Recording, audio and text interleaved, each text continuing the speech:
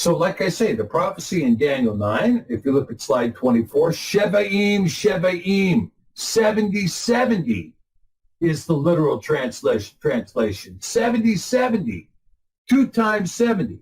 One times 70, 586 BC to 516 BC. The second 70, 1948 to 2018. All right, slide 25.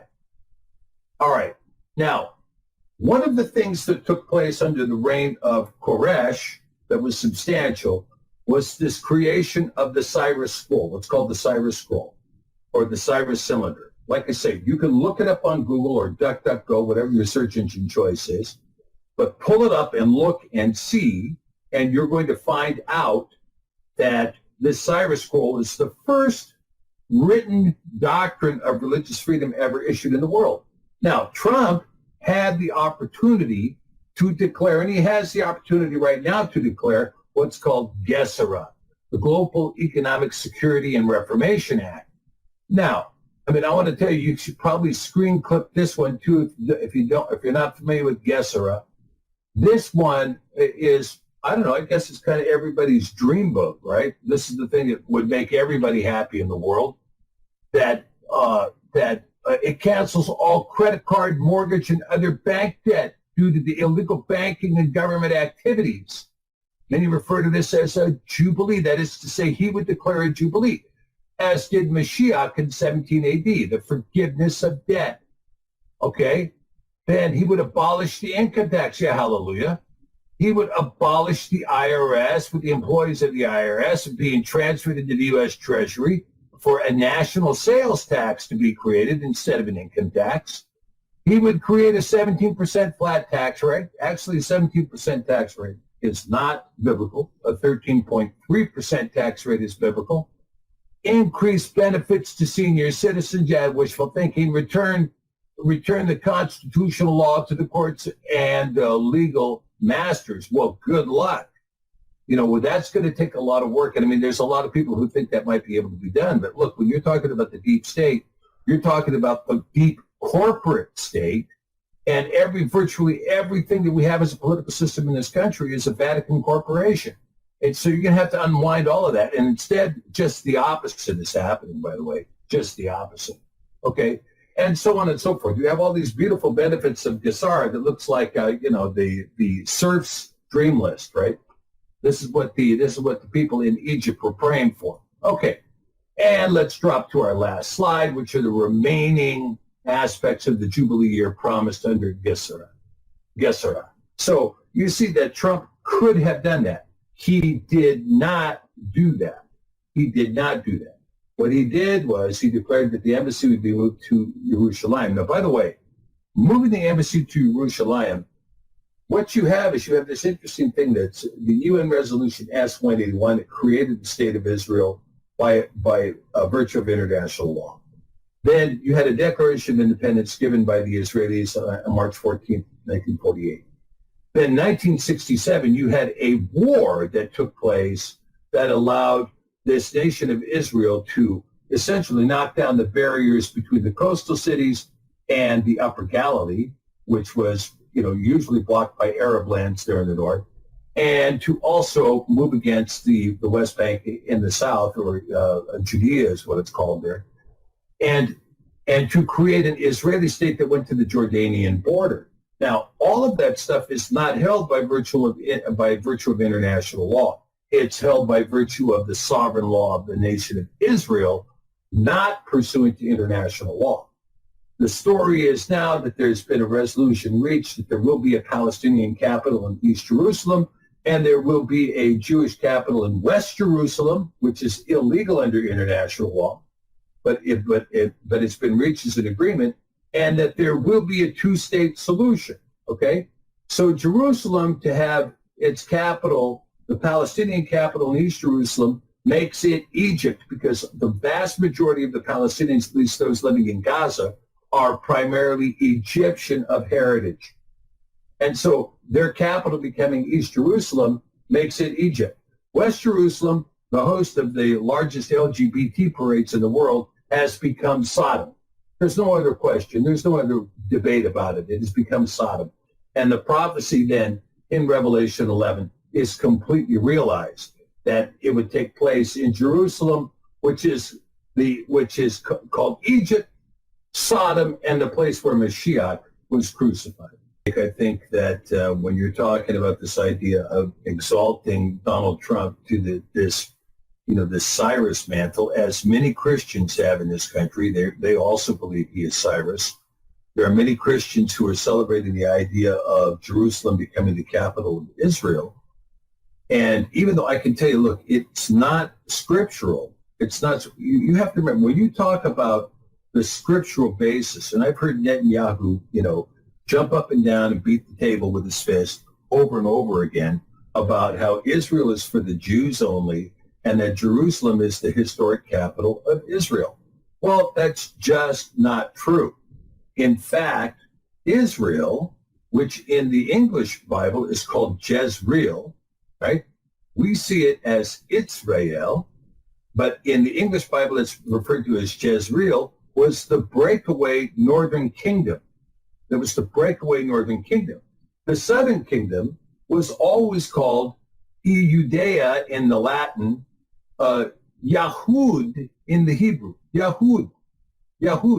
And the people who were citizens of that kingdom were called Yahudis, or for short, Yahuds.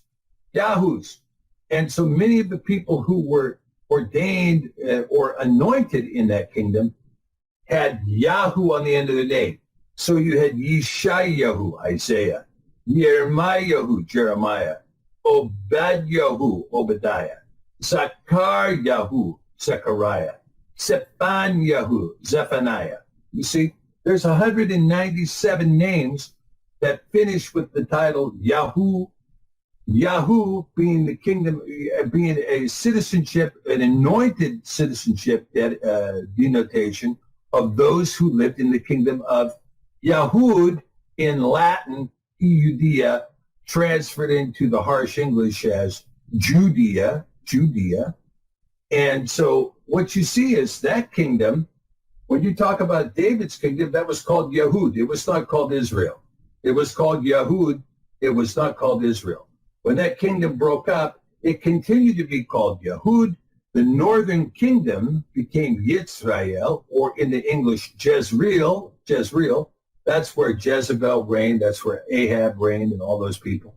All of that stuff took place up in Jezreel, which they believed was the true situs of the temple. That is to say, the temple and the Ark of the Covenant was originally sited in Shiloh, or Shiloh, as we like to say in English.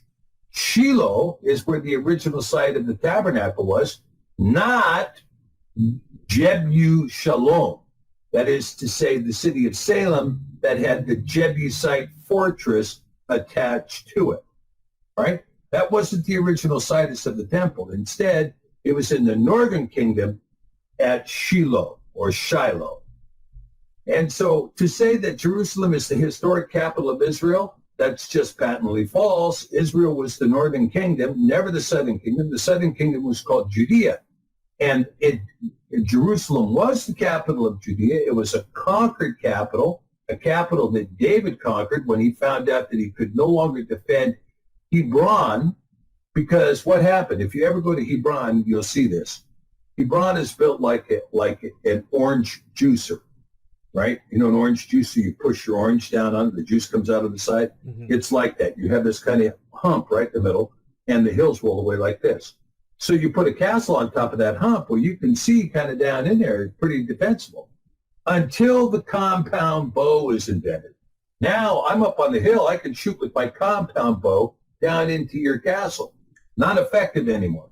So when David realized that the compound bow was coming, that he couldn't defend against it, he looked for a new fortress. And there was a fortress that was so well built and so well defended that they didn't even bother to have armies on the walls. It was just like, you can't get in here, forget it. You can't do it. We can lock you up, that's it.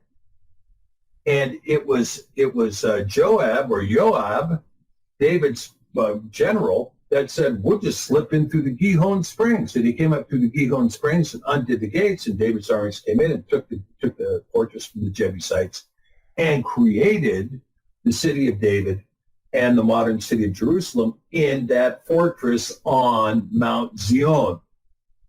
Okay, so we got this kind of history. So now you see, but when he says Jerusalem is the capital, now it wasn't. Now, even if it was the capital, in 586 BC, by the hand of Yah, the yahudiym were expelled from Jerusalem.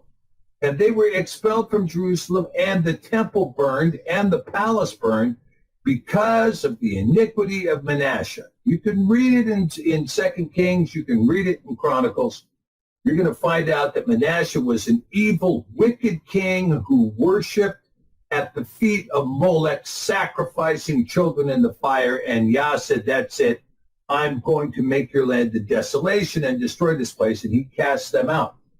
After they returned, they were never autonomous again. Even though they came back to Jerusalem to rebuild the walls and to rebuild the temple, they were told, they were stopped many times because all the neighbors said, if you let them build the wall, they'll become rebellious again.